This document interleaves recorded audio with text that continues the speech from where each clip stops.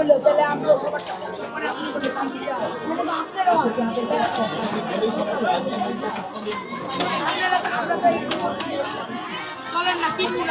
আমরা একটু ভিতরে যাওয়ার চেষ্টা করতেছি, দেখি আমাদের সামনে অনেকেই আছে। ভিতরে না গেলে আসলে অবস্থা বুঝতে পারবো না, যত কষ্ট হোক একটু ভিতরে যেতে হবে।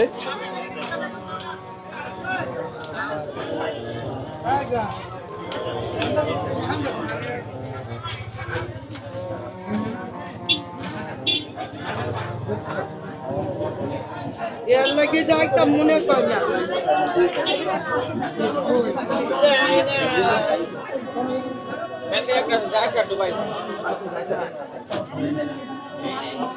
আমার এই ভিডিও করতেছে নইর ভিডিও ছাড়লে সেলিম দেখলে তো অবস্থা বাড়া বাজবে।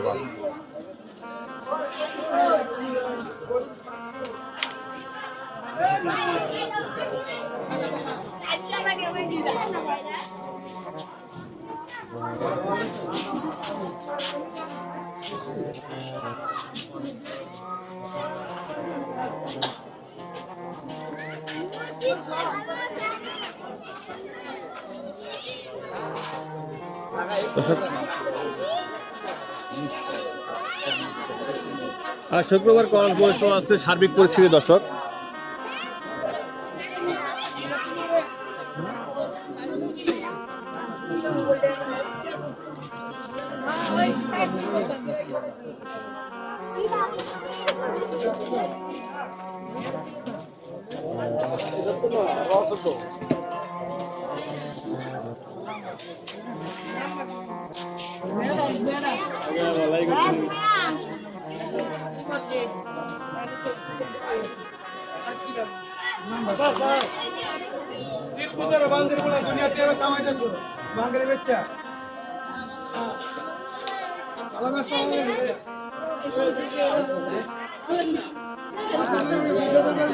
অবশেষে আপনারা দেখতে পাচ্ছেন যে পরিমাণ পুড়ে ছাই ভস্মতে রূপান্তরিত হয়েছে, সেই জায়গাটি মানুষ পরিষ্কার করে আবার নতুন করে তাদের বাসস্থান গড়ার প্রচেষ্টা অব্যাহত রাখছে।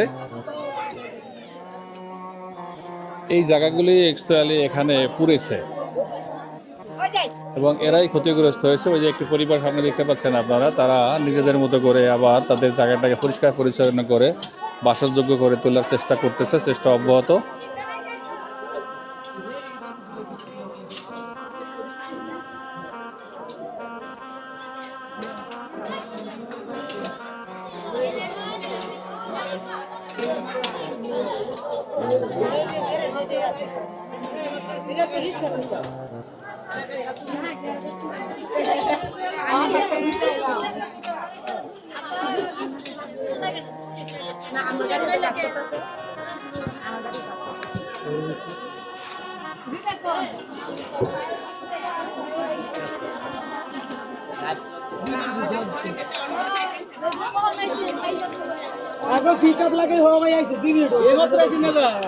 যে সমস্ত দণ্ডাঢ্য ব্যক্তিরা আছেন বা দণ্ডাঢ্য প্রতিষ্ঠান আছে, আপনারা যার যাদের সহযোগিতার জন্য এখানে চলে আসবেন, সহযোগিতা করবেন। আবু, আপনি কোথা থেকে আসছেন?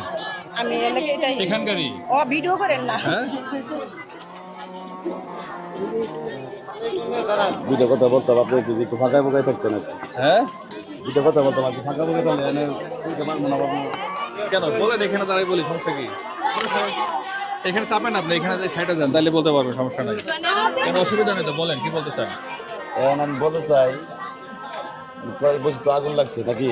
জি, আগুন লাগছে, মনে করবেন ফসল মানে ক্ষয়ক্ষতি হয়েছে, মনে করবেন ধরুন 5,000 লোকের। জি, এটি হয়েছে, তাও মনে করবেন যে উপরে বসবাস করতো, যার উপরে বসবাস করতো। আচ্ছা আচ্ছা, হ্যাঁ, ইনসিডে ইনসাইডে এরা মনে করবেন বর্তমানে আছে অস্থায়ী রাস্তায়। হ্যাঁ, রাস্তায় অস্থায়ী, মানে একবার কেউ দেখতেছেও না, চিন্তাছেও না।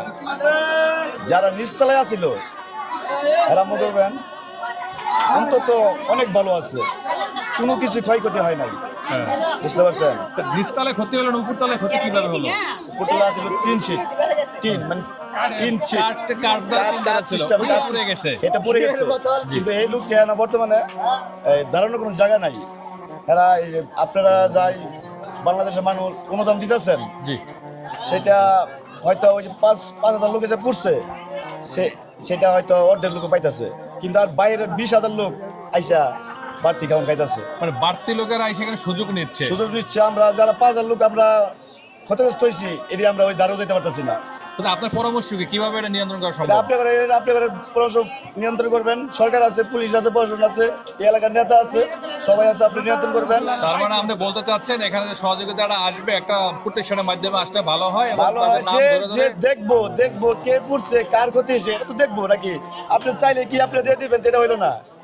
পড়ছে তো 5,000 লোকের লোক, আমি খাইতেছে তো 30,000 লোক, অসম্ভব। আমরা তো এই 5,000 লোক আমরা অস্থায়ী আছি, আমরা তো গোসল করবো, খাওয়া পানি করবো, আমরা তো এটাও পারতেছি না। এই মানুষের যন্ত্রণা, মানে বহিরাগতরা এখানে এসে ভিড় করার কারণে যারা ক্ষতিগ্রস্ত তারা সহযোগিতা পাচ্ছে না। পাচ্ছে না, যারা ক্ষতিগ্রস্ত না তারাই পাচ্ছে, আমরা পাচ্ছি না। কারণ আমরা তো পায়ের তল তো জায়গাই নাই, কারণ আমরা তো সব পুরো সরকারি, আমরা জায়গাই নাই, উপর তার কেউ যাচ্ছে না। আচ্ছা, আজকে কি মানুষের চাপ বেশি না গত দিনের চাপ বেশি ছিল? 2-3 দিন ধরে চাপ আপনারা দেখবেন বাংলাদেশের।